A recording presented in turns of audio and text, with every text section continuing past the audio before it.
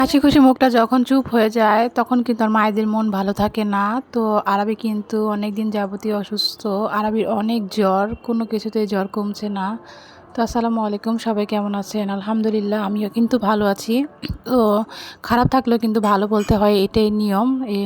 তো এটাই স্বাভাবিক। যাই হোক, এখন আমার আরাবির জন্য আপনারা সবাই দোয়া করবেন অনেক বেশি বেশি, যেন আরাবি অনেক তাড়াতাড়ি ভালো হয়ে যায়, সুস্থ হয়ে যায়।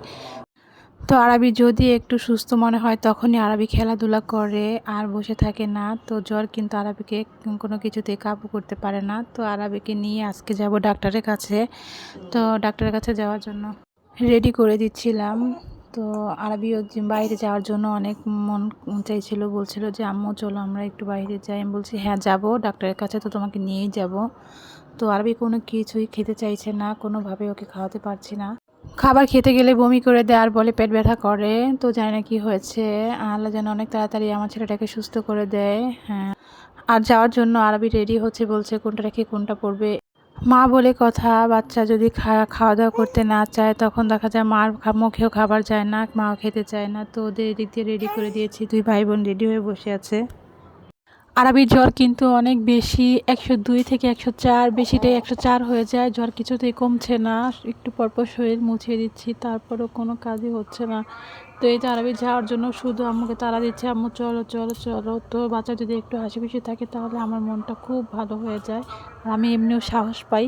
তো আমরা কিন্তু হসপিটালে চলে এসেছি। তো আমাদের কিন্তু সিরিয়াল দেয়া ছিল, আগের দিন আমরা সিরিয়াল দিয়ে রেখেছিলাম।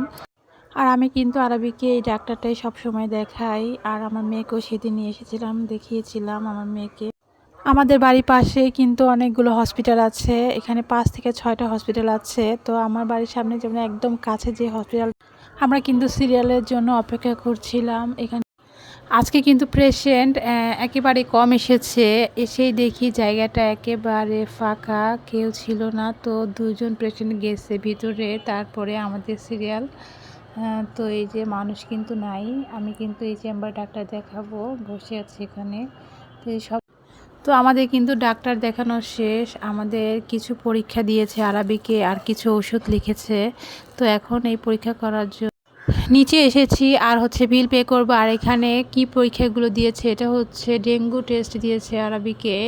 মোট পরীক্ষা দিয়েছে 3টা এখানে। আর ঘরে ঘরে কিন্তু ডেঙ্গুর জ্বর সবারই এখন, তো সেজন্য ডাক্তার দিয়েছে। তো পরীক্ষা করার জন্য আরবির জন্য রক্ত লাগবে, তো এই যে রক্ত দিতে এসেছি। তো এখন ম্যাডাম নেই, তাই এখানে বসে আছি, ম্যাডাম এই তো চলে এসেছে। তো এখন আরবিক থেকে রক্ত নেবে। আরবিক কিন্তু বুঝে না যে কিভাবে নিবে বা কি করবে, আরবি এখনও কিন্তু বুঝতে পারছে না। তো আরবির বুঝ হওয়ার পরে কিন্তু এই প্রথম আরবি রক্ত দিচ্ছে। তো যখন আরবি ছোট ছিল তখন কিন্তু আরবি রক্ত, আরবি 3বার 4বার রক্ত দিয়েছে, তখন তো ছোট ছিল, বুঝেনি, অবুঝ ছিল। কিন্তু বুঝের হয়ে এই প্রথম রক্ত দিচ্ছে। একটু ব্যথা পেয়েছিল আরবি। তো আমাদের কিন্তু টেস্ট করা শেষ, এখন আমরা নিচে চলে যাচ্ছি। তো বাড়ি চলে যাব, কিছু ওষুধ দিয়েছে, ওষুধটা নিয়ে চলে যাব, আবার পরশু আসবো ডাক্তার দেখাতে রিপোর্ট নিয়ে। তো তো ডাক্তার যে ওষুধগুলো লিখেছে সবগুলো ওষুধ এখানে নেই। তো এখানে 2টা ওষুধ পেয়েছি আর সাপোজিট নিয়েছি, এখানে বেশি টাকা বিল হয়নি। তো যে অ্যান্টিবায়োটিকটা দিয়েছে ওটা, আর আরবির বাবা নিয়ে আসবে আসার সময়। তো আরবি বন্ধুদেরকে দেখাচ্ছে যে আরবি হাতে যে রক্ত নিয়েছে।